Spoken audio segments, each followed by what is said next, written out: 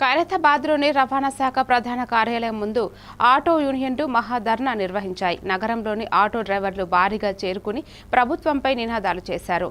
మహాలక్ష్మి పథకంతో తమ జీవితం ఛిద్రం అయిందని వారు ఆవేదన వ్యక్తం చేశారు.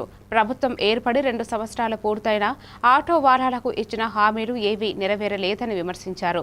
సరైన కిరాయిలు లేక ఆర్థిక ఇబ్బందులు తీవ్రంగా పెరిగే ఆటో వాహనాలు ఆత్మహత్యలు చేసుకునే పరిస్థితి ఏర్పడిందని తెలిపారు. అదేవిధంగా ర్యాపిడో, ఊబర్ వంటి యాప్ క్యాబ్ల సంస్థల దోపిడీతో పాటు మహాలక్ష్మి పథకం ప్రభావం వల్ల జీవనోపాధి దెబ్బతింటోందని ఆందోళన వ్యక్తం చేశారు. సమస్యలు తక్షణమే పరిష్కరించకపోతే కుటుంబాలతో కలిసి ఆత్మహత్యలు చేసుకోవాల్సిన పరిస్థితి తలెత్తుతుందని హెచ్చరించారు.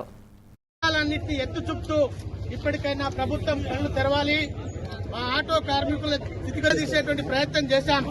కానీ 2 సంవత్సరాల కాలంలో ఇప్పటి వరకు ఆటో కార్మికుల సమస్యల పరిష్కారం కోసం ఒక్క నిర్ణయం కాదు కదా, కనీసం వాళ్ళ మంత్రిమండలి సమావేశంలో కూడా చర్చించినటువంటి పాపం ఈ కాంగ్రెస్ రేవంత్ రెడ్డి ప్రభుత్వానికి లేదు.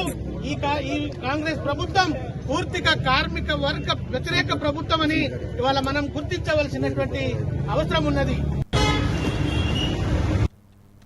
వికారాబాద్ జిల్లా కలెక్టర్ కార్యాలయంలో జిల్లా కలెక్టర్ ప్రతీక్ జైన్ తెలంగాణ